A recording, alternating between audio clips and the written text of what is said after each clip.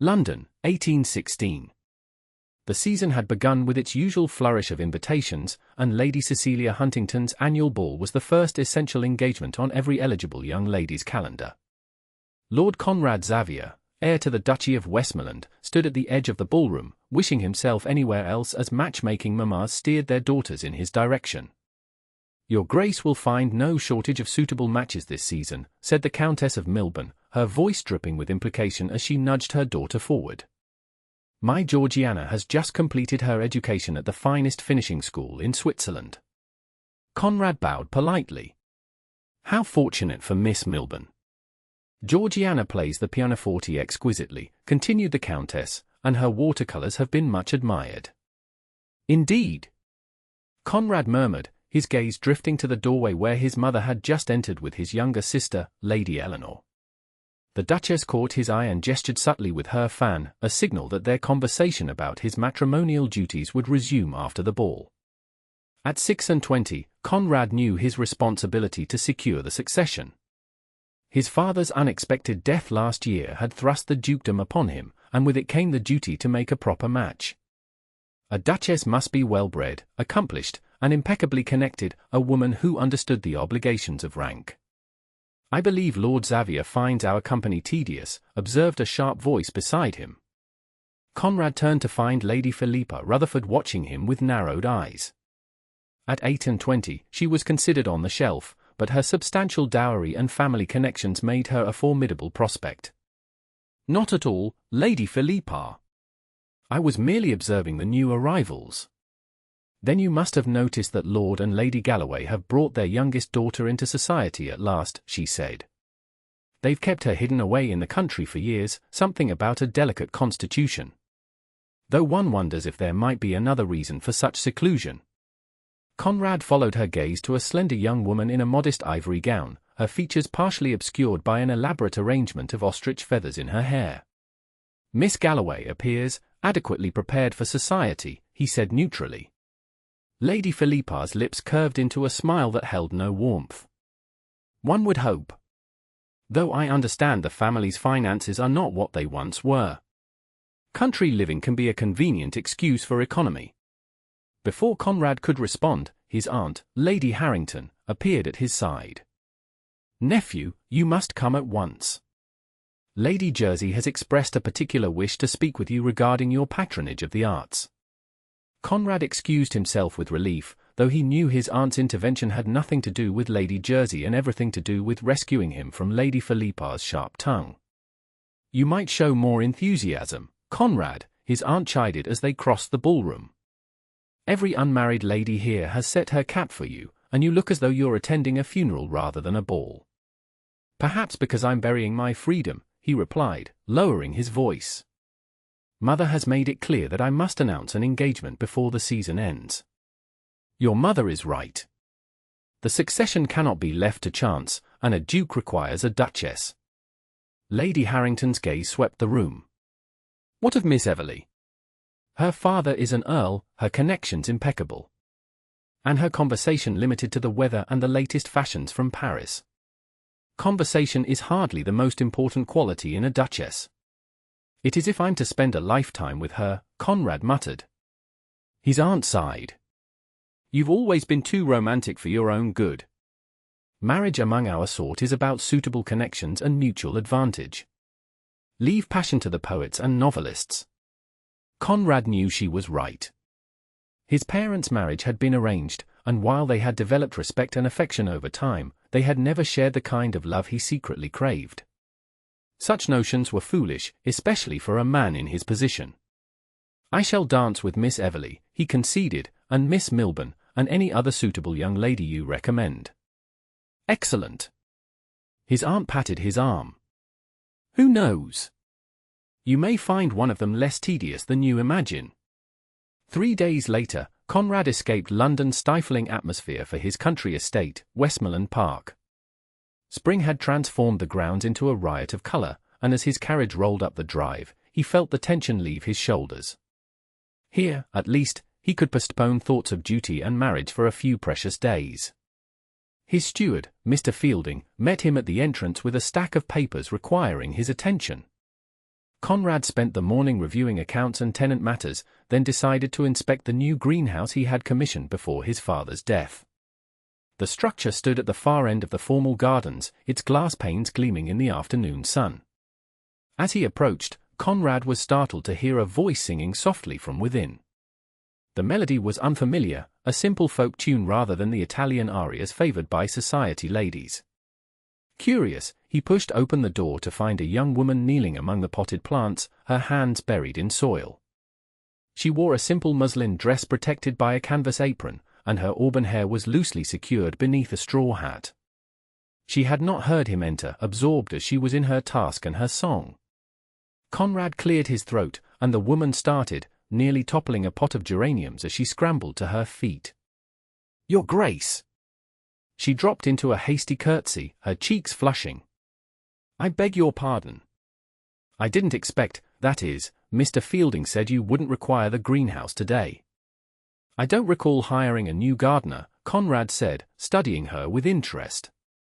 Despite her plain attire and soil-stained hands, there was an unmistakable refinement to her speech and bearing.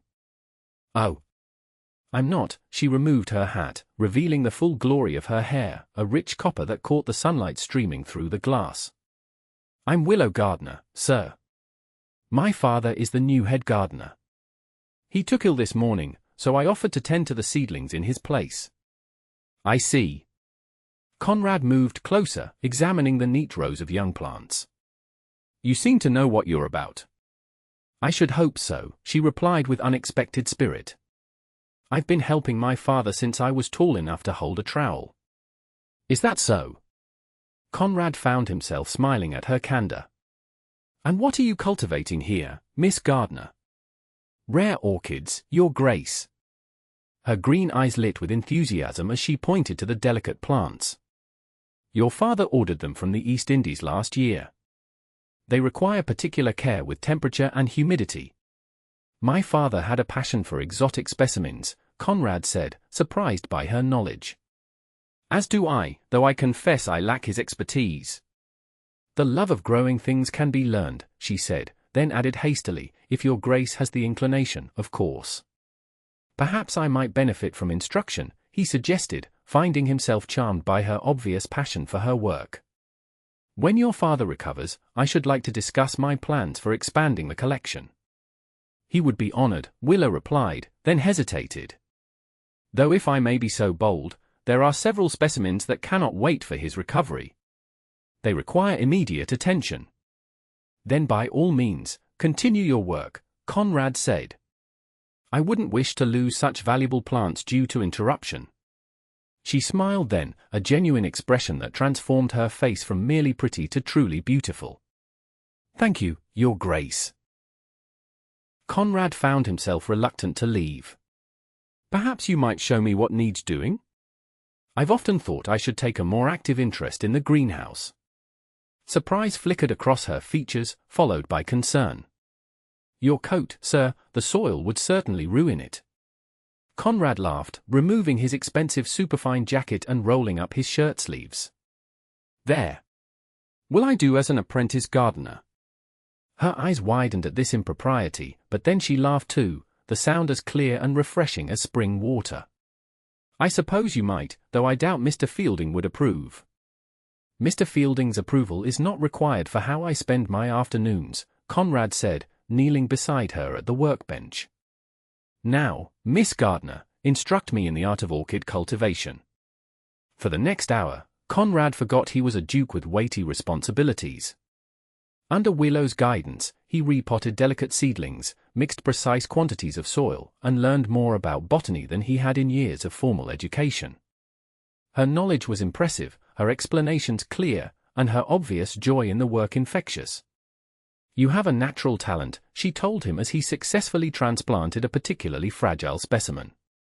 "Many people handle plants too roughly, but you have a gentle touch."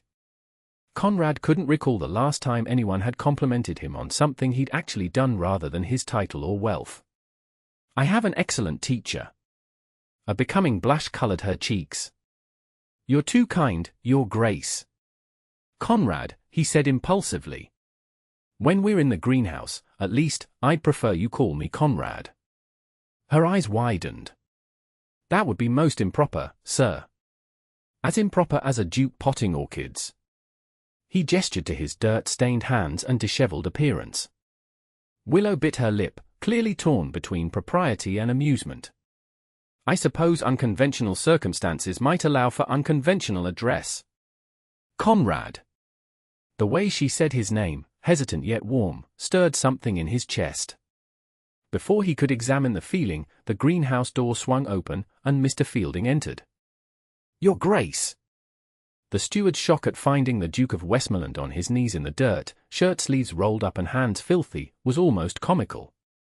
What on earth? Miss Gardiner has been instructing me in the care of my late father's orchid collection, Conrad said smoothly, rising to his feet. Most educational. Fielding's gaze shifted to Willow, who had hurriedly donned her hat and was now standing with her eyes downcast in proper servant deference. I wasn't aware that Thomas Gardiner's daughter had been given permission to work in the greenhouse, the steward said stiffly. She has my permission, Conrad replied, his tone brooking no argument. In fact, until her father recovers, Miss Gardiner will oversee the greenhouse entirely. Please see that she has whatever she requires. As you wish, Your Grace. Fielding's expression remained disapproving. I came to inform you that a messenger has arrived from London. The Duchess requests your immediate return. Apparently, Lady Harrington has arranged a dinner party tomorrow evening with several families of note. Conrad suppressed a sigh. His brief respite was over. Very well. Have my valet prepare for our departure. Yes, Your Grace. Fielding bowed and departed, casting one last suspicious glance at Willow. I fear I've caused trouble for you, Conrad said once they were alone again. Willow shook her head. Mr. Fielding is only concerned with propriety, as he should be. Nevertheless, I meant what I said. The greenhouse is your domain until your father recovers. He paused, reluctant to leave. I hope to continue our lessons when I return. The orchids will be waiting, she said with a small smile, then added more seriously, thank you for your kindness, your Conrad. He retrieved his coat, suddenly aware of the vast difference in their stations that he had momentarily forgotten. Until next time, Miss Gardiner.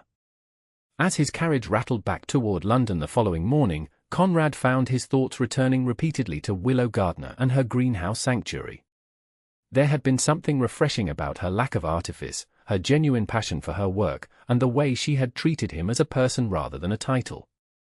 Such thoughts were dangerous, he knew. A duke did not form attachments to Gardiner's daughters, no matter how intelligent or charming they might be. His duty lay in London, among the marriageable daughters of the nobility, one of whom must become his duchess. Yet as the carriage approached the city, Conrad could not dispel the memory of Willow's smile as she'd spoken of her beloved plants, a smile more radiant than any he'd witnessed in London's glittering ballrooms.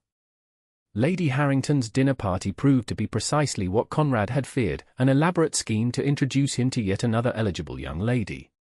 Miss Cordelia Thornton, daughter of the Earl of Wexford, was beautiful, accomplished, and impeccably mannered. She played the pianoforte with technical perfection, spoke French and Italian with flawless accents, and had been educated by the finest governesses money could secure. Is she not everything a duchess should be? Lady Harrington whispered as they watched Miss Thornton perform a complicated sonata for the assembled guests. She is certainly accomplished, Conrad conceded. Her dowry is substantial, her lineage impeccable, and she has been raised to manage a great household, his aunt continued. What more could you desire? Conrad couldn't articulate what was lacking. On paper, Miss Thornton was indeed the perfect candidate for his duchess.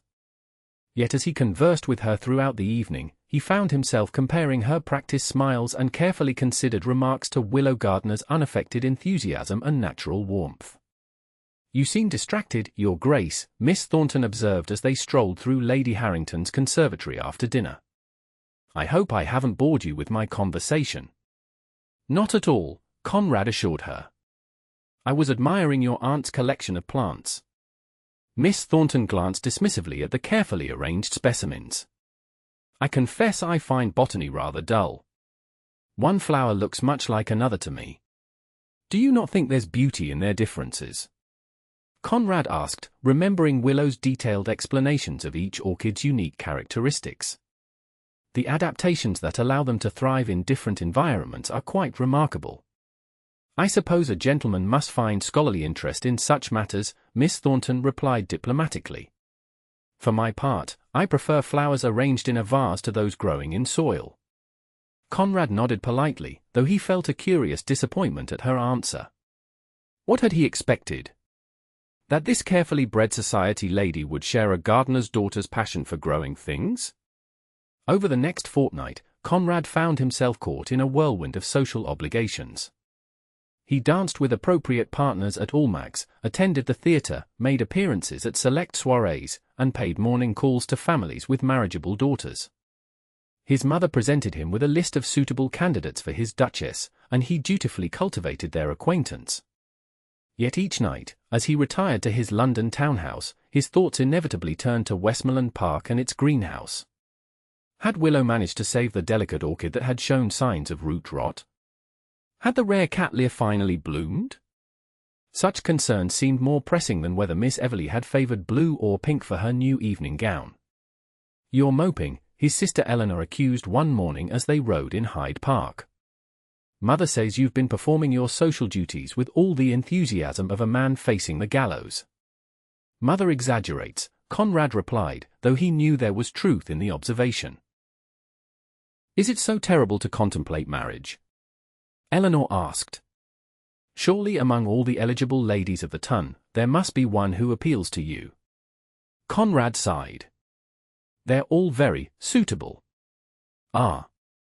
Eleanor's quick mind seized on his hesitation. "You want more than suitable. You want love." "I want a partnership based on more than social advantage," Conrad admitted. "Is that so unreasonable? For a duke?" "Perhaps." Eleanor's expression softened. "But not for my brother." "You deserve happiness, Conrad." "Duty and happiness rarely align perfectly," he said. Eleanor studied him thoughtfully. "Something has changed. You never used to speak this way about marriage. What happened at Westmoreland Park?" Conrad was saved from answering by the appearance of Lord and Lady Pembroke, who hailed them enthusiastically.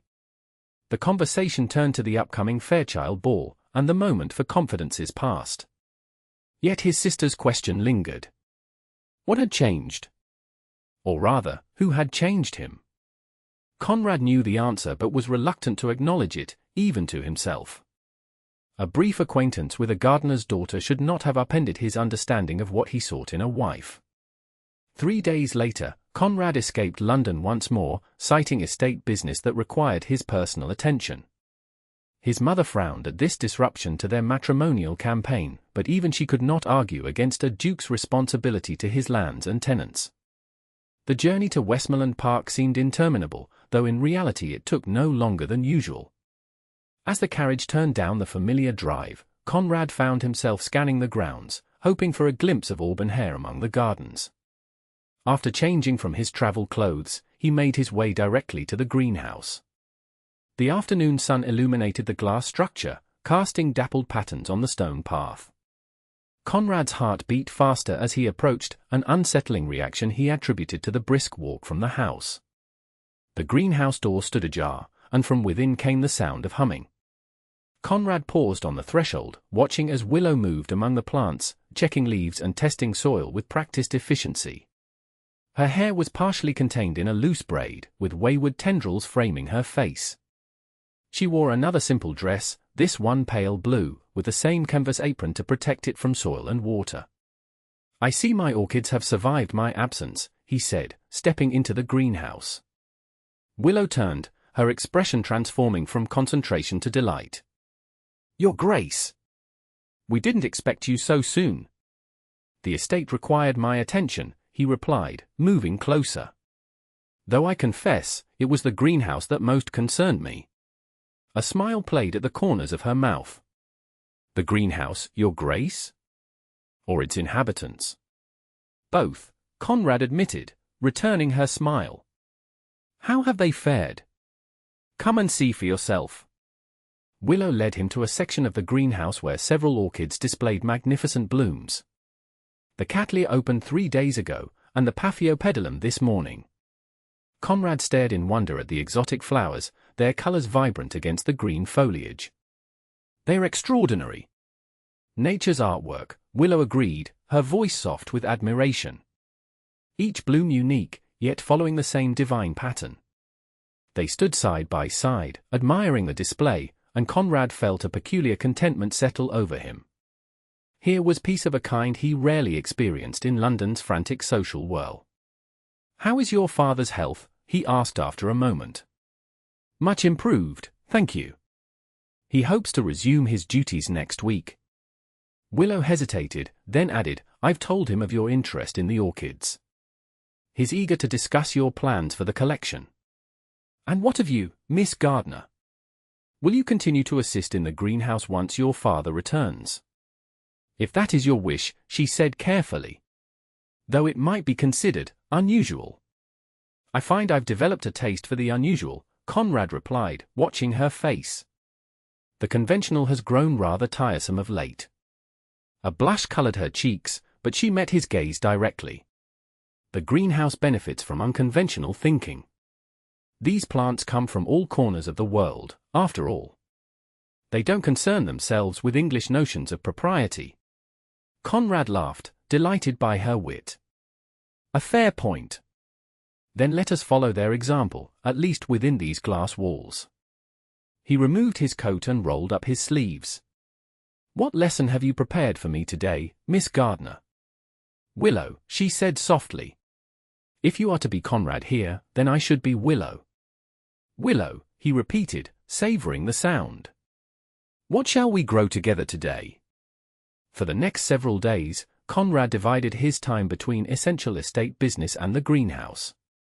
To Fielding's barely concealed disapproval, he spent hours each afternoon working alongside Willow, learning the intricacies of exotic plant cultivation. They replanted seedlings, constructed specialized trellises for climbing species, and devised improved methods for maintaining humidity. Their conversations ranged widely, from botany to literature, philosophy to music. Conrad discovered that despite her lack of formal education, Willow possessed a keen intellect and natural curiosity that had led her to devour every book she could access. "My mother was lady's maid to the previous Duchess," she explained as they worked side by side. "She taught me to read using books from the servants' library, and when she died, one of the undergardeners took an interest in my education." "You've made remarkable use of limited opportunities," Conrad observed, genuinely impressed by her knowledge. Willow smiled ruefully. "Limited opportunities are still opportunities, if one is determined enough." "And you are certainly determined," he said, watching as she coaxed a reluctant vine to wind around its support. "What would you do, I wonder, if your opportunities were unlimited?" She paused, considering the question seriously. "I would travel. See the places where these plants grow naturally. The Amazon rainforest, the mountains of China, the islands of the East Indies." Her eyes brightened with the vision.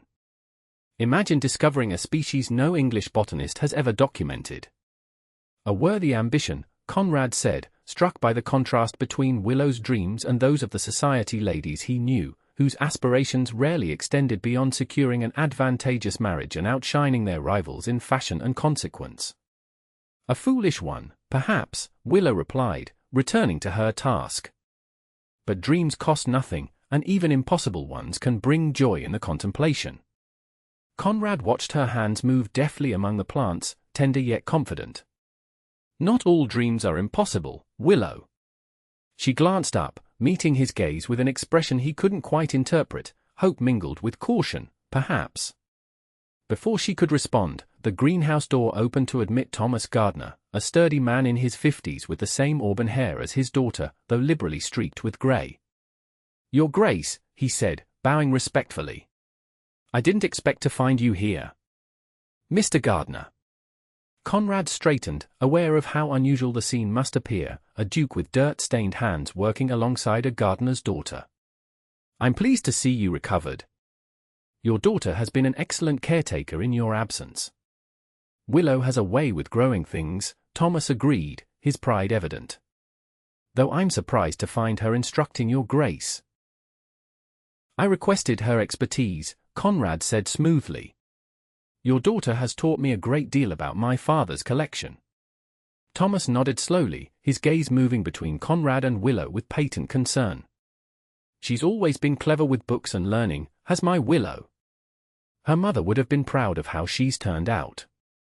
An awkward silence fell, during which Conrad became acutely aware of the impropriety of the situation, not from his perspective, for a duke could do largely as he pleased on his own property, but from the perspective of a father concerned for his daughter's reputation.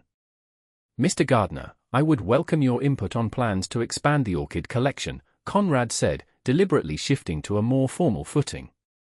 "Perhaps you might join me tomorrow to discuss the possibilities." "It would be an honor, Your Grace," Thomas replied, relief evident in his voice at this return to conventional master-servant relations. "Excellent. Until tomorrow, then." Conrad nodded to both gardeners and took his leave, aware that he had overstayed the bounds of propriety and that Thomas would undoubtedly have words with his daughter once he departed. That evening, alone in his study, Conrad contemplated the growing complication of his situation. His interest in Willow Gardiner had progressed far beyond a casual appreciation of her botanical knowledge. He found himself captivated by her intelligence, her resilience, her passionate nature carefully contained beneath a modest exterior. She was unlike anyone he had ever known, direct yet respectful, educated despite limited opportunity, and possessed of a quiet dignity that owed nothing to wealth or rank. Yet what could come of such an attachment? A dalliance was unthinkable, Willow deserved better, and Conrad's own principles would not permit him to trifle with an innocent. Marriage was equally impossible. A duke could not wed a gardener's daughter without causing a scandal that would reverberate through society and potentially undermine the very position his future children would inherit. Conrad's duty was clear. He must return to London, choose a suitable bride from among the eligible young ladies of the ton, and secure the succession with a proper duchess. Willow Gardiner must remain a pleasant memory, nothing more. The following morning, a letter arrived from his mother, summoning him back to London for the Fairchild ball. "Lady Fairchild has arranged for you to open the dancing with her niece, Miss Thornton," the Duchess wrote. "I have let it be known that you found her company particularly agreeable at Lady Harrington's dinner. The ton is already speculating on a potential match." Conrad stared at the letter, dismayed by how events were proceeding without his direction. Yet what alternative could he propose? That he had developed tender feelings for his head gardener's daughter? His mother would think him mad, or worse, believe Willow had deliberately entrapped him. With a heavy heart, Conrad penned a reply confirming his imminent return to London. He then summoned Fielding and issued instructions regarding the estate in his absence, including specific directions for the greenhouse. "Mr. Gardiner is to have full authority over the exotic plant collection," he concluded. "His daughter may assist him as needed." Fielding's expression remained carefully neutral. "Very good, Your Grace. Will there be anything else?" Conrad hesitated. "Yes. I wish to speak with Miss Gardiner before I depart. Please ask her to come to the library in half an hour." "Miss Gardiner, Your Grace." Fielding's composure slipped momentarily. Would it not be more appropriate to convey any instructions through her father? "It would be more conventional, certainly," Conrad agreed coolly. "However, as Miss Gardiner has been directly responsible for certain rare specimens, I wish to speak with her personally about their care." "As you wish, Your Grace." Fielding bowed and withdrew, his disapproval evident despite his perfect manners. Conrad spent the next half-hour pacing the library, rehearsing what he would say to Willow. How could he explain his abrupt departure? More importantly, how could he establish a proper distance between them without causing her pain, or revealing the depth of his own confused feelings? A soft knock interrupted his thoughts. "Come in," he called, composing his features into what he hoped was an expression of friendly detachment. Willow entered, clad in a simple muslin dress of sage green, her hair neatly arranged beneath a modest cap. She curtsied with perfect correctness. "You wish to see me, Your Grace?" "Yes, Miss Gardiner." Conrad gestured to a chair. "Please, sit down." She hesitated, then perched on the edge of the indicated seat, her hands folded in her lap.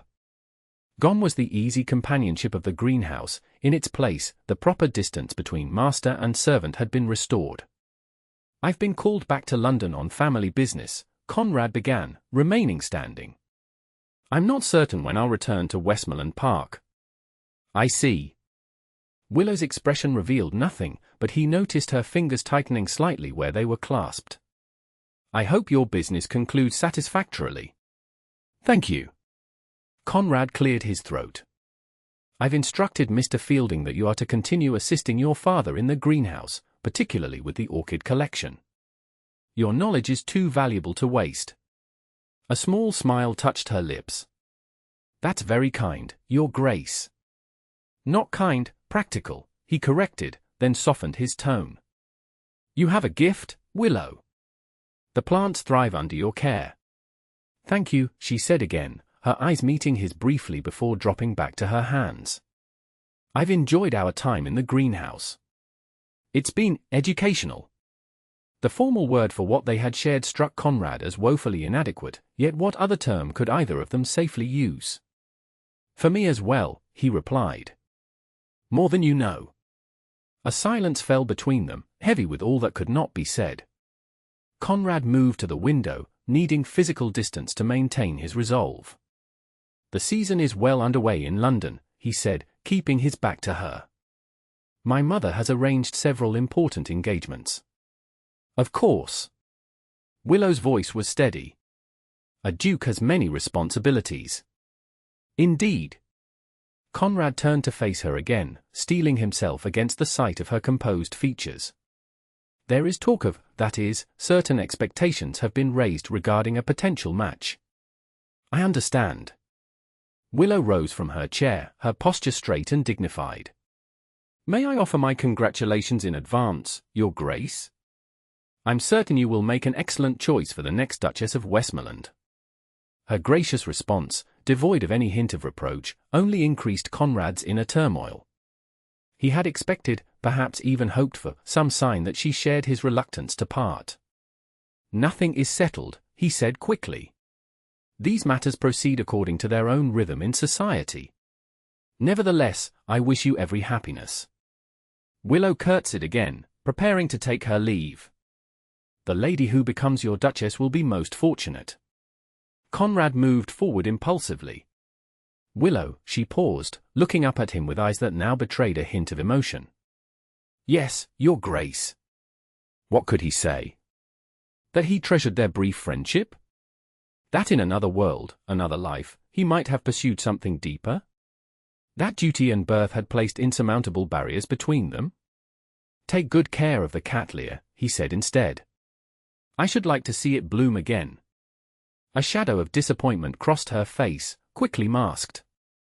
"I will, Your Grace." Safe travels to London. With another perfect curtsy, she was gone, leaving Conrad alone with the knowledge that he had done what duty required while betraying something precious in the process. London greeted Conrad with its usual cacophony of noise, smell, and ceaseless activity.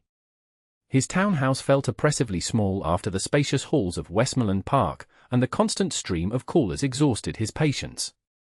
Yet he performed his social obligations with rigid correctness, dancing with the appropriate partners, making conversation with potential brides, and giving no outward sign of his inner discontent. Miss Thornton remained the frontrunner among his prospective duchesses. She was beautiful, well-dowered, and possessed the poise required to preside over ducal households and entertain on a grand scale. Their interactions were pleasant if somewhat predictable, and Conrad could find no objective fault with her as a matrimonial prospect. Yet each time he considered offering for her hand, he found himself inventing reasons for delay. Another week to be certain. Another ball to observe her interaction with his family. Another dinner to gauge her interests more thoroughly. "You're being absurd, Conrad," his mother scolded after he suggested postponing his decision until after Lady Melbourne's house party in June. "Miss Thornton is everything we could wish for in a duchess. If you delay much longer, Lord Pembroke's son will secure her, and you'll be left choosing among the second-tier debutantes." "Cordelia Thornton deserves a husband who appreciates her fully," Conrad replied, using the lady's Christian name with deliberate formality. "I'm not convinced I'm that man." The Duchess studied him with narrowed eyes. "What happened at Westmoreland Park? You left London practically reconciled to your duty and returned with this inexplicable reluctance." "Nothing happened," Conrad insisted. "I merely had time to consider what kind of marriage I want." "What you want?" His mother's voice rose in disbelief. "Marriage for our class isn't about what we want. It's about what is necessary. The succession must be secured, alliances must be formed, and fortunes must be consolidated." "And what of compatibility? Shared interests? Genuine affection?" Conrad demanded. "Are those luxuries a duke must forego?" The Duchess's expression softened slightly. "Those things may come in time, with the right woman. Your father and I developed great respect and fondness for each other, though ours was an arranged match." "Respect and fondness," Conrad echoed. "Is that all you would wish for me?" "It's more than many in our position achieve," his mother replied. "And it's a solid foundation for a lasting union." She paused, studying him intently. "Conrad, is there someone else who has caught your interest? Someone inappropriate?" Conrad maintained a neutral expression through years of practiced self-control. "My objection is to being rushed into the most important decision of my life, not to Miss Thornton specifically." His mother didn't appear entirely convinced, but she nodded. "Very well. I won't press you further on the matter today.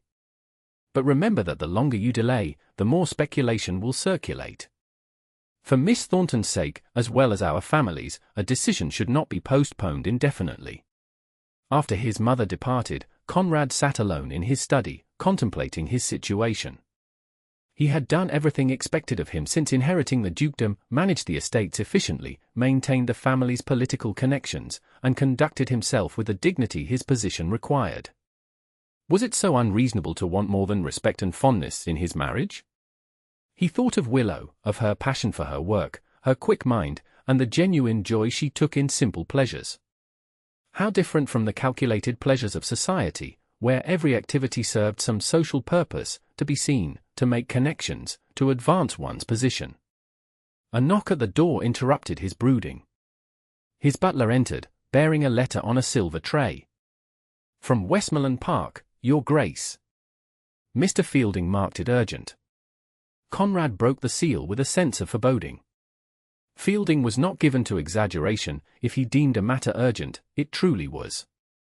The letter was brief and to the point. "Your Grace, I regret to inform you that a fire broke out in the greenhouse during the early hours of this morning.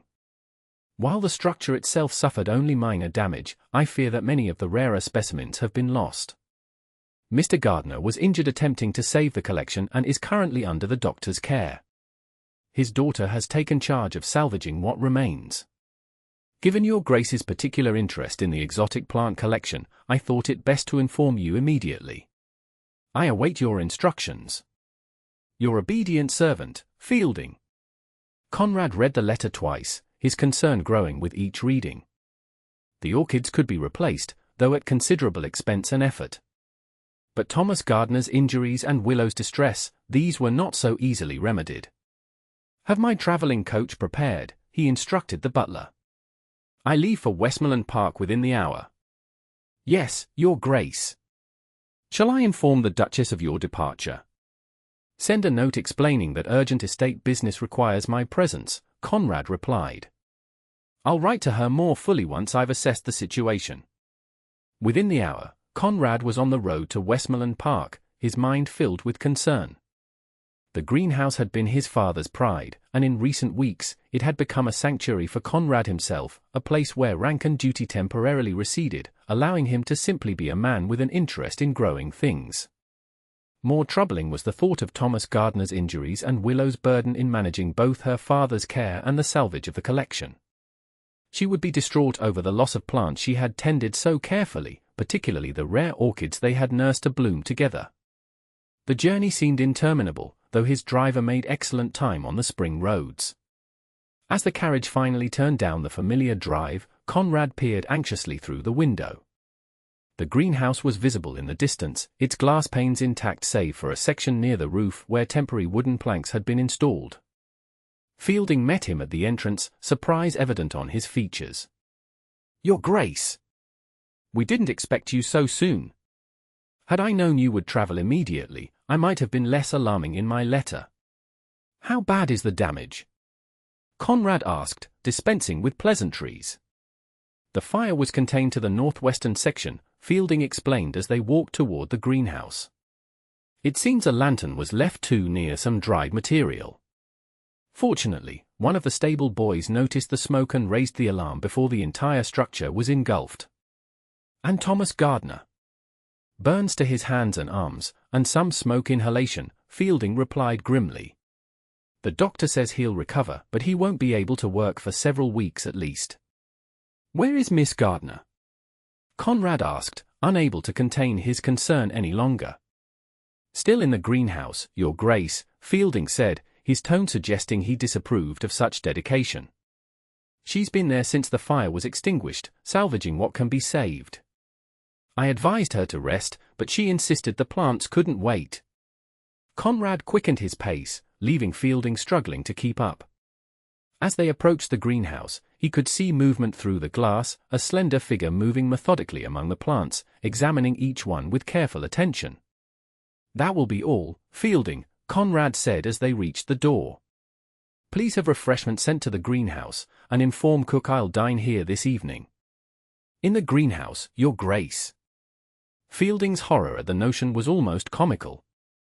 "No, in the dining room," Conrad replied dryly. "Now, if you'll excuse me." He entered the greenhouse quietly, struck by the acrid smell of smoke that lingered despite the ventilation. The damaged section was clearly visible, with blackened beams and empty spaces where plants had once thrived. Yet more of the collection had survived than he had feared. Willow stood with her back to him, carefully cleaning ash from a large phalaenopsis. Her hair was secured in a simple braid, and her dress showed evidence of hours of hard work, smudges of ash and dirt mingled with water stains where she had been bathing scorched leaves. "How bad is the damage?" Conrad asked softly. Willow spun around, nearly dropping the plant in her surprise. "Your Grace! We didn't expect you."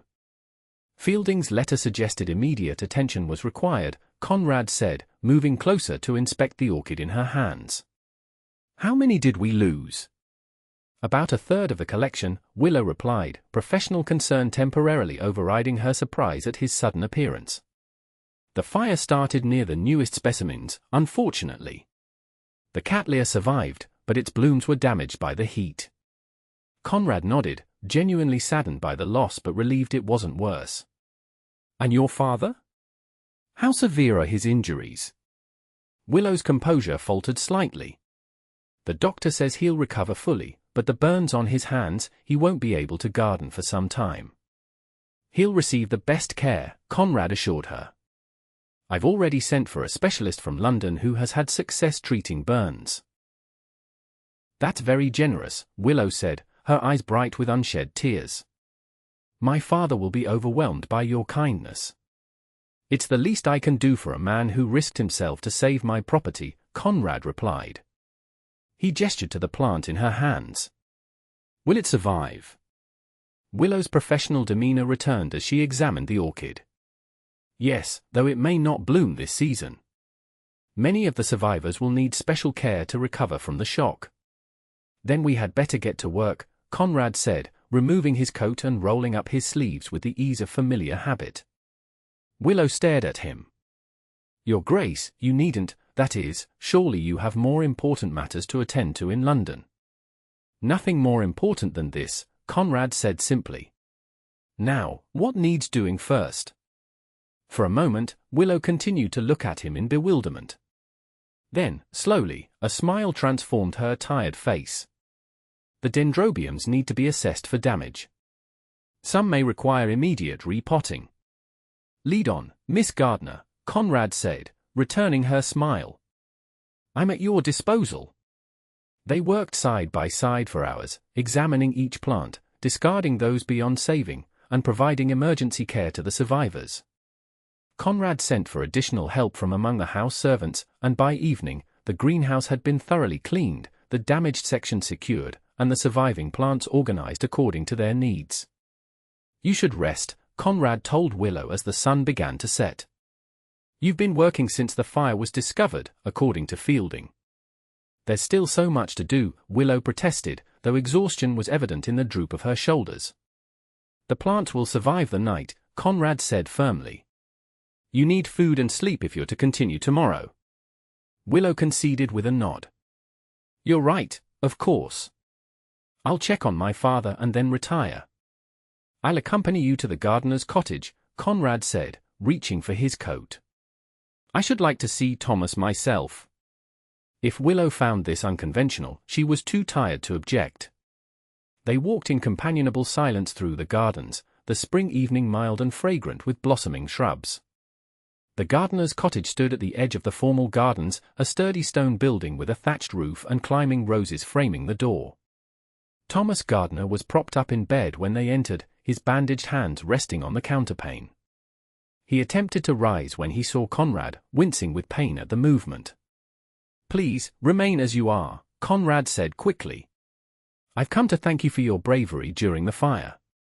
"I only did what anyone would do, Your Grace," Thomas replied, though pride was evident in his weathered face. "Couldn't stand by and watch your father's collection burn."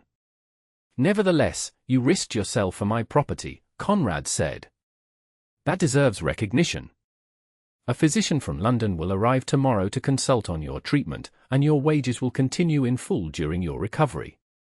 Thomas's eyes widened. "That's most generous, Your Grace." "It's deserved," Conrad replied simply. "Your daughter has done an admirable job salvaging what remained of the collection." "Willow's always had a way with plants," Thomas said, glancing fondly at his daughter. "Cleverer than her old father, too." "I had an excellent teacher," Willow protested, adjusting her father's pillow with gentle hands. Conrad observed their interaction with a pang of envy. Despite their modest circumstances, the Gardiners shared a bond of genuine affection and mutual respect, precisely what Conrad had found lacking in his own privileged upbringing. "I'll leave you to rest," he said after a few more minutes of conversation. "Miss Gardiner, once you've seen to your father's needs, please have something to eat and get some sleep. The greenhouse can wait until morning." "Yes, Your Grace," Willow agreed, though the stubborn set of her jaw suggested she might return to work once her father was settled. Outside the cottage, Conrad paused. "I mean it about resting, Willow. You'll be of no use to the plants if you collapse from exhaustion." A smile touched her lips at his use of her Christian name. "I'll rest, Conrad. I promise." The casual exchange of names, so natural in the greenhouse, felt different here under the darkening sky, with no glass walls to create a separate world where conventional rules did not apply. Conrad was acutely aware of how improper their familiarity would appear to others, and how precious it had become to him. "Good night, then," he said softly. "Until tomorrow." "Until tomorrow," Willow echoed, and for a moment, something passed between them, an acknowledgement, perhaps, of all that remained unspoken. Conrad returned to the main house, his mind occupied with contradictory thoughts. He should return to London, to his duty and the prospective brides awaiting his decision. Yet the thought of leaving Westmoreland Park, of leaving Willow, filled him with a resistance bordering on rebellion. For the first time in his life, Conrad Xavier, Duke of Westmoreland, considered what it would mean to defy convention entirely. The following week passed in a flurry of activity. The London physician arrived and confirmed that Thomas Gardiner would make a full recovery, though the process would be slow. Conrad personally oversaw repairs to the greenhouse and sent to botanists in London and Edinburgh for replacements for the lost specimens. Each day, he worked alongside Willow in the greenhouse, their easy companionship restored and deepened by their shared purpose. They talked of plants and books, of distant lands and scientific discoveries, and occasionally, in unguarded moments, of personal hopes and fears. "Have you ever been to London?" Conrad asked one afternoon as they catalogued the surviving orchids. Willow shook her head. "My father took me to York once when I was 12, but that's the farthest I've travelled from Westmoreland Park." "You'd find much to interest you there," Conrad said, thinking of the Royal Botanical Gardens at Kew. The collections of exotic plants far exceed even what my father assembled here. I've read about them, Willow replied, her eyes brightening. The great palm houses must be magnificent. Conrad watched her animated expression, imagining how she would look exploring Kew's wonders, her intelligent gaze taking in each botanical treasure. Perhaps someday you'll see them. Perhaps, Willow agreed, though her tone suggested she considered it unlikely. For now, I'm content to rebuild what we have here. That we did not escape Conrad's notice, nor the implication that she considered the greenhouse a shared domain. The notion pleased him more than it should have. Letters from London arrived daily, his mother demanding his return, his sister warning of increasing gossip regarding his absence, and his solicitor reporting on business matters requiring his attention. Conrad responded to each with reassurances of his imminent departure, yet each day found him inventing new reasons to remain at Westmoreland Park. Your Grace has shown remarkable dedication to the greenhouse restoration, Fielding observed one morning, his tone carefully neutral. The ton must be deprived of your presence. The ton will survive without me, Conrad replied dryly. The same cannot be said for Dendrobium nobile if its root system isn't properly stabilized. Fielding's expression suggested he found this prioritization incomprehensible, but he merely bowed and withdrew. By the end of the week, Conrad could no longer ignore his responsibilities in London. The Fairchild Ball, where he was expected to open the dancing with Miss Thornton, was mere days away, and his continued absence would be interpreted as a deliberate slight to both the lady and her family. With reluctance, he sought out Willow in the greenhouse to inform her of his departure. She was working alone, carefully pruning a damaged orchid, her face serene in concentration. "You're leaving," she said before he could speak, her eyes meeting his with calm understanding. "How did you know?" Conrad asked, startled by her perception. A small smile curved her lips. "Your valet has been packing your trunk since morning. The servants' hall has been abuzz with the news." "Ah." Conrad should have known that little escaped notice below stairs. "Yes, I must return to London tomorrow. There are matters requiring my attention." "Of course." Willow set aside her pruning shears, wiping her hands on her apron. "The greenhouse restoration is well in hand. Mr. Evans from the village has proven quite adept with the repairs, and the new specimens from Edinburgh should arrive within the fortnight." Her practical response, devoid of sentiment, made Conrad's task both easier and infinitely harder. "I've instructed Fielding to defer to your judgment regarding the collection until your father recovers." "That's very trusting of you," Willow said, surprise evident in her voice. "You've more than earned my trust," Conrad replied. Few could have salvaged so much from the fire. Willow inclined her head in acknowledgement of the compliment. "When do you expect to return to Westmoreland Park?" The question, asked with careful casualness, revealed more than she perhaps intended. Conrad seized upon it eagerly. "I hope to return within a month. There are social obligations I must fulfill, but once they are complete, I intend to spend the remainder of summer here." "The orchids should be well established by then," Willow said, her professional manner firmly in place. "And my father will likely be able to resume light duties." "I look forward to seeing the progress," Conrad said, then added more softly, "and to resuming our lessons." Willow's composure faltered slightly, a flush rising to her cheeks. "I'm sure your Grace has more important matters to occupy your time than gardening instruction."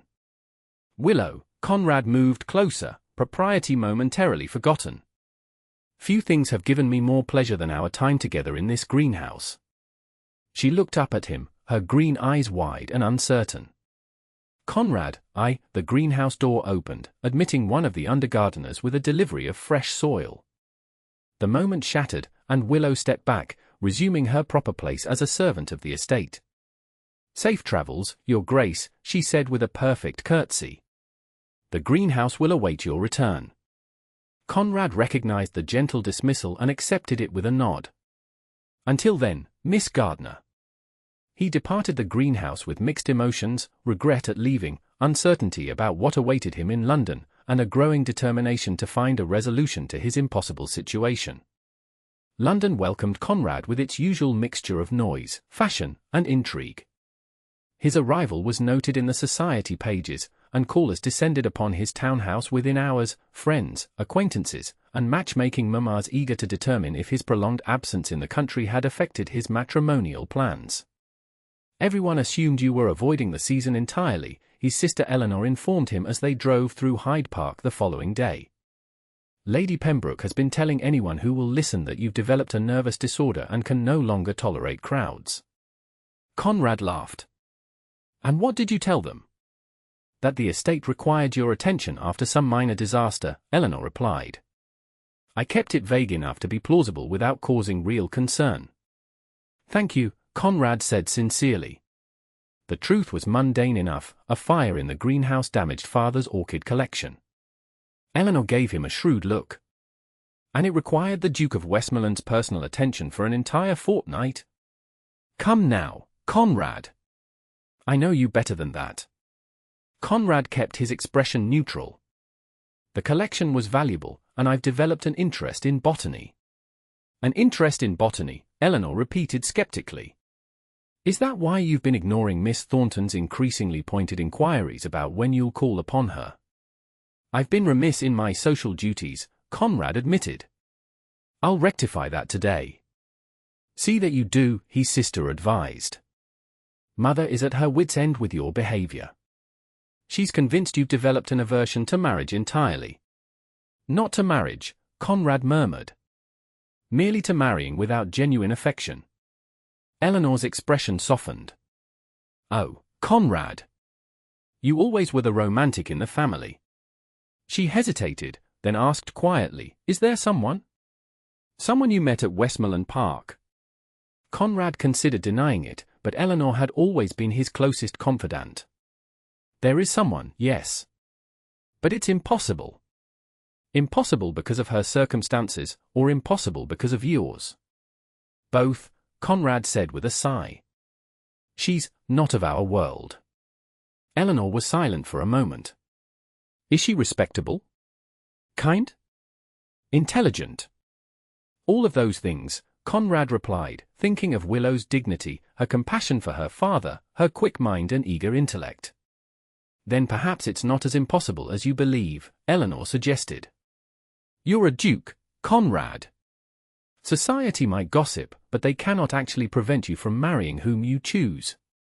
It would cause a scandal, Conrad pointed out. Mother would be horrified. Mother would survive, Eleanor said dryly. As would society. Both are more resilient than you might think. Conrad shook his head, though his sister's words kindled a dangerous hope. It's not that simple.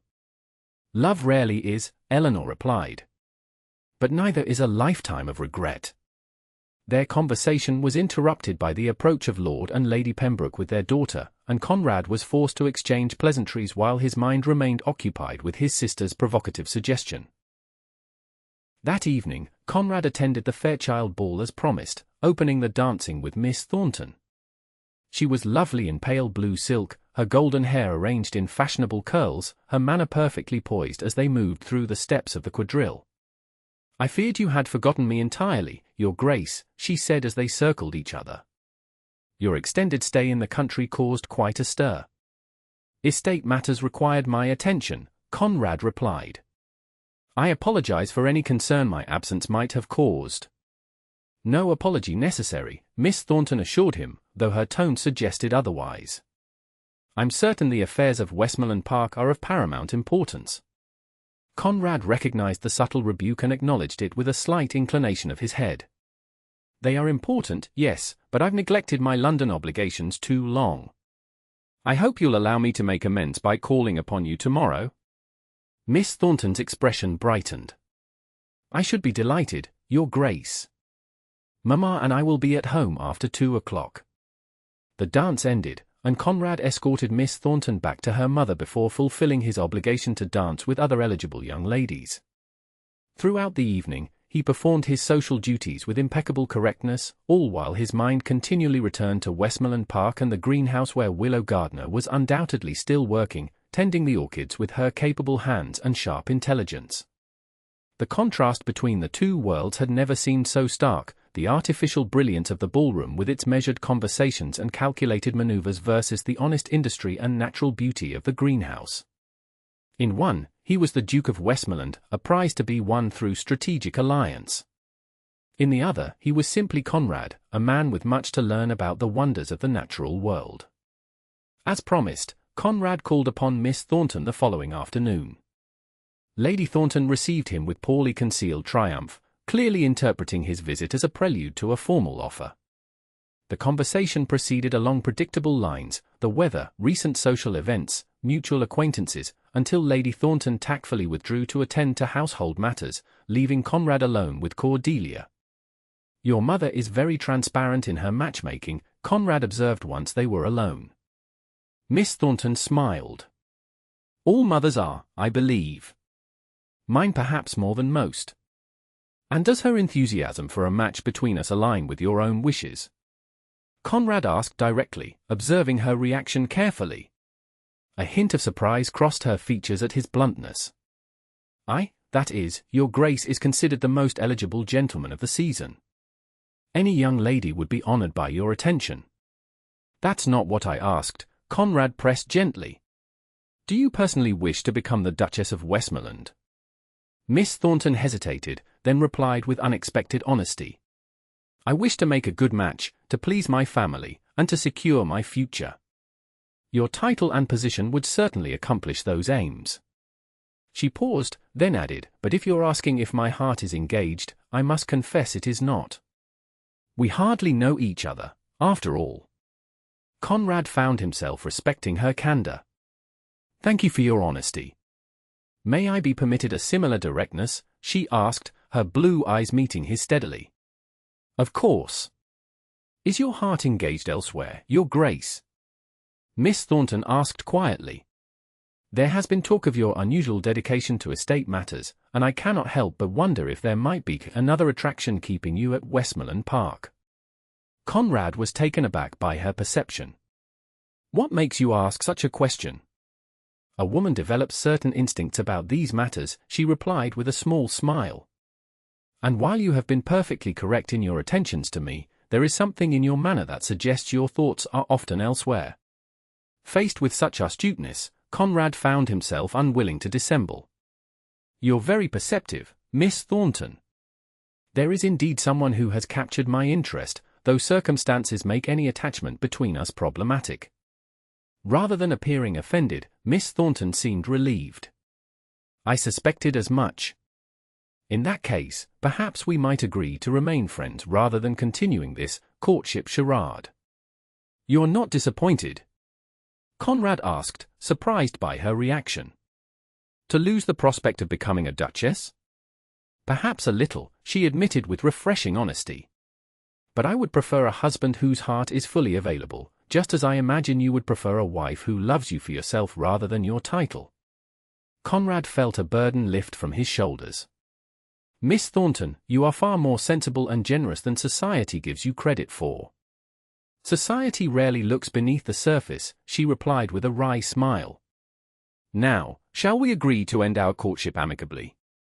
You might even call upon me occasionally as a friend, which would satisfy appearances while giving you time to resolve your other situation." "You're suggesting we maintain a pretense?" Conrad asked, both amused and impressed by her pragmatism. "I'm suggesting we give ourselves breathing room," Miss Thornton clarified. "You to determine if your attachment can overcome the problematic circumstances, and me to consider other potential matches without the pressure of being seen as the future Duchess of Westmoreland." Conrad considered her proposal. It would indeed provide him with time to consider his feelings for Willow without causing immediate scandal or offending the Thornton family. "You're very strategic, Miss Thornton." "One must be, as a woman in our society," she replied matter-of-factly. "Now, shall we seal our agreement by discussing something entirely trivial until my mother returns? She need not know the true nature of our conversation." By the time Lady Thornton rejoined them, Conrad and Cordelia had established a genuine rapport based on mutual understanding and surprising honesty. Their courtships would continue in public, while privately, each was free to pursue their own path. As Conrad departed the Thornton residence, he felt a clarity he had lacked for weeks. His conversation with Cordelia, combined with Eleanor's earlier encouragement, had crystallized his thinking. The question was no longer whether he had developed genuine feelings for Willow Gardiner, that much was undeniable, but whether he had the courage to act upon those feelings despite the certain opposition and scandal that would follow. For the next fortnight, Conrad divided his time between necessary London engagements and increasingly frequent trips to Westmoreland Park. Society noted his pattern with curious speculation, but the continued appearance of cordial relations between himself and Miss Thornton prevented outright gossip. At Westmoreland Park, the greenhouse flourished under Willow's care. New specimens arrived to replace those lost in the fire, and Conrad worked alongside her to establish them in their new home. Their companionship deepened with each visit, their conversations ranging beyond botany to literature, philosophy, and gradually, to more personal matters. "Have you ever thought of marriage?" Conrad asked one afternoon as they worked side by side, repotting a delicate fern. Willow's hand stilled momentarily. "Marriage isn't something a woman in my position thinks about with any particularity," she replied carefully. "It's a practical matter, finding a respectable man who can provide security." "And love? Does that not factor into your considerations?" She glanced at him sideways. "Love is a luxury many cannot afford." "But if you could afford it?" Conrad pressed. "What would you seek in a husband, if circumstances were no obstacle?" Willow was silent for a long moment, her fingers gently tamping soil around the fern's roots. "Kindness," she said finally. "Intelligence. A shared passion for something beyond ourselves. The ability to see me as I am, not merely what I represent or can provide." She paused, then added softly, "And courage, the courage to follow his convictions even when they lead in unexpected directions." Her answer resonated deeply with Conrad, for it described precisely what he had found with her, a connection based on genuine understanding rather than social advantage. "Those seem like worthy criteria for anyone seeking a life partner," he observed. "And what of you?" Willow asked, her tone deliberately light. "What qualities do you seek in a duchess?" Conrad met her gaze directly. "I once thought I knew. Breeding, connections, the proper education and accomplishments. All the things society deems essential. And now? Now I find myself valuing different qualities entirely," he replied. "Authenticity. Intelligence that seeks expression rather than mere display. Passion for meaningful work. The ability to see me as a man, not merely a title." Willow's cheeks flushed, and she looked away. "Your Grace, Conrad," he corrected gently. "Conrad," she amended. "We should be careful not to, that is, there are realities we cannot change, regardless of what we might wish. What if those realities are more flexible than we imagine?" Conrad suggested. "What if the boundaries we perceive are merely conventions that can be challenged?" Willow shook her head, though her eyes revealed a yearning that matched his own. "Some conventions exist for good reasons. A duke has responsibilities to his family, his title, his tenants, and to his own happiness," Conrad interjected. "Does that not also merit consideration?" Before Willow could respond, the greenhouse door opened to admit Thomas Gardiner, now recovered enough to resume light duties. He paused upon seeing them standing so close together, his weathered face registering concern.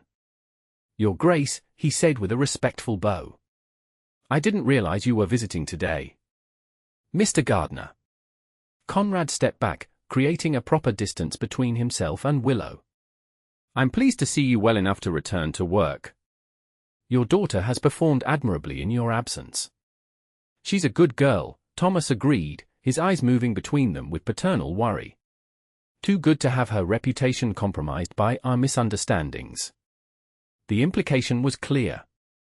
Thomas Gardiner was no fool. He had observed the growing attachment between his daughter and the Duke, and he feared where it might lead, not to the altar, which would be an impossible elevation, but to disgrace. "Your daughter's reputation is safe with me," Conrad said firmly. "I hold her in the highest esteem." "With respect, Your Grace," Thomas replied, his voice steady despite addressing his employer, esteem from a gentleman of your position can be a dangerous thing for a young woman without fortune or family connections. The world is quick to assume the worst." "Father," Willow protested, her cheeks burning. "His Grace has been nothing but proper."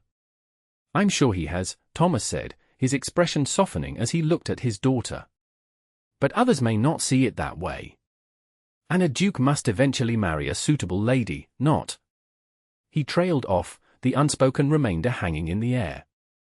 "Not a gardener's daughter, no matter how intelligent or worthy she might be." Conrad felt a surge of frustration at the truth in Thomas's words. Society would indeed judge any relationship between himself and Willow harshly, assuming the worst of both his intentions and her character. "I understand your concern, Mr. Gardiner," Conrad said after a moment. "Rest assured that I hold your daughter in too much regard to cause her any distress or damage to her reputation." Thomas nodded, visibly relieved. "Thank you, Your Grace. Now, if you'll excuse us, there's much work to be done before evening." Conrad recognized the dismissal for what it was, a father protecting his daughter from an impossible situation. "Of course. I'll leave you to your duties."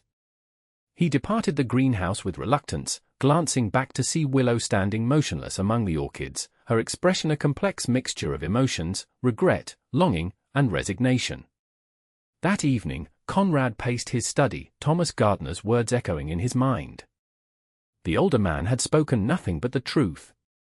A duke was expected to marry a woman of suitable rank and connections, not a gardener's daughter, no matter how exceptional she might be.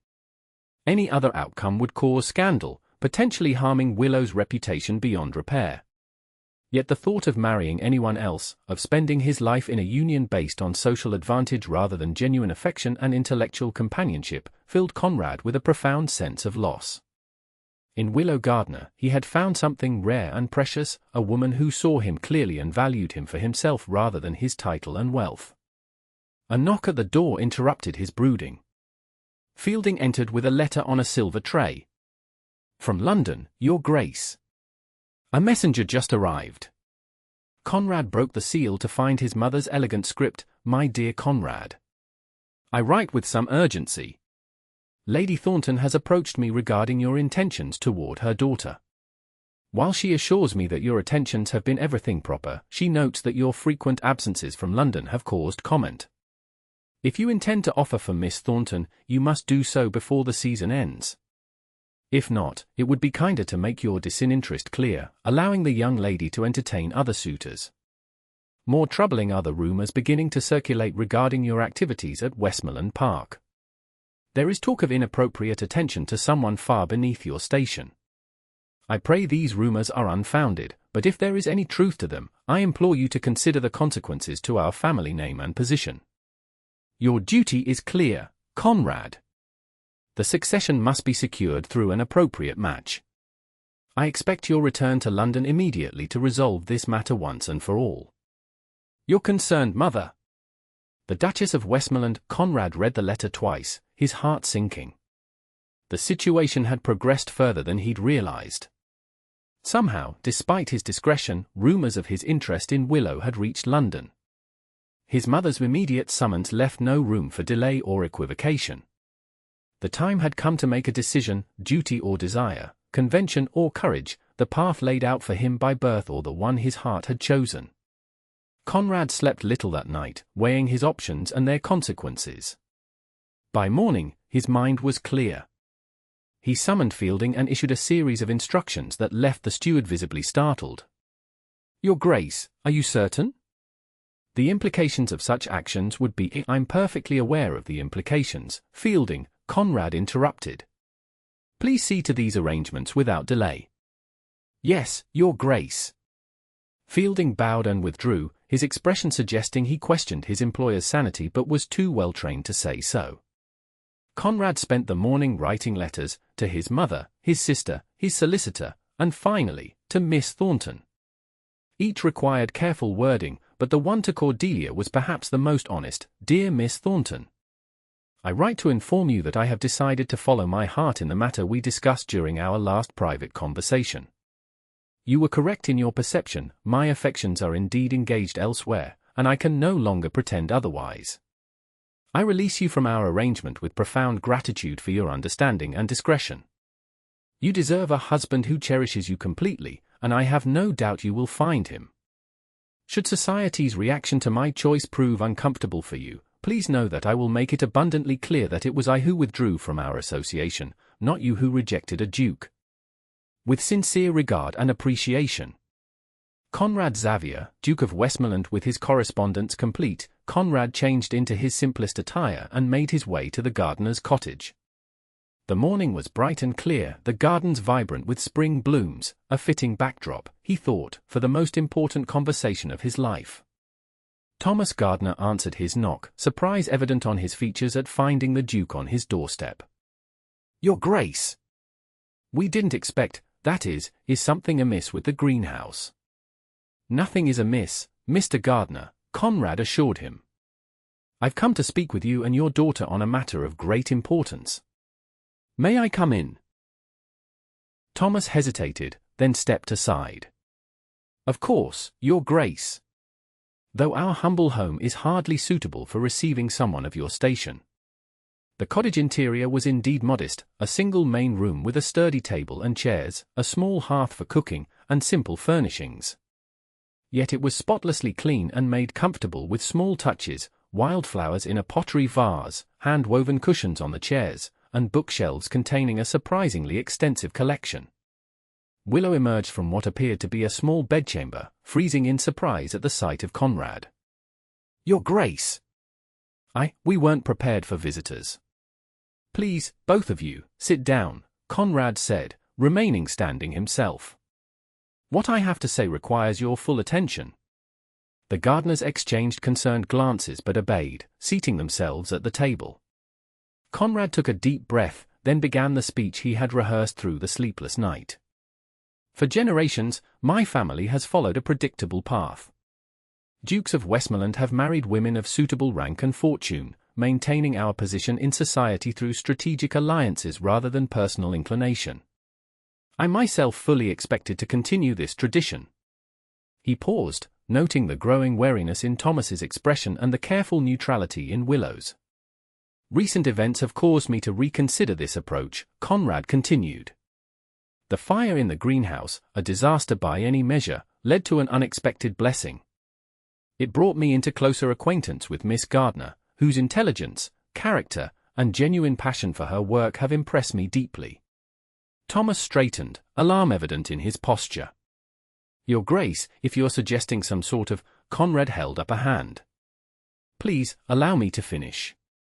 I am perfectly aware of the conventional boundaries between our positions. Society expects a duke to marry a woman of comparable rank, not a gardener's daughter, regardless of her personal qualities." Willow's face paled, and she looked down at her hands, clearly anticipating that Conrad was about to announce his engagement to Miss Thornton or another suitable lady. "I find, however," Conrad continued, his voice softening, "that I no longer wish to be guided by convention in this most personal of decisions. Willow," he moved to kneel before her chair, taking her hands in his and causing both gardeners to stare in shock.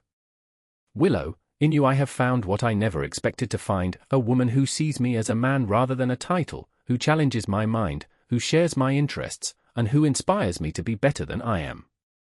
I cannot imagine spending my life with anyone else." Tears gathered in Willow's eyes. "Conrad, you can't, the consequences would be significant," he acknowledged. "There will be gossip, disapproval, perhaps even ostracism from certain circles. My mother will be horrified, at least initially. But none of that matters if it means I can wake each day to your smile, share my thoughts with your keen mind, and build a life based on genuine affection rather than social advantage." Thomas Gardiner found his voice at last. "Your Grace, while I'm deeply honored by your regard for my daughter, I must point out that such a match would cause a scandal that could harm both of you. Willow would face cruel speculation about her character and motives, and your own position might be compromised."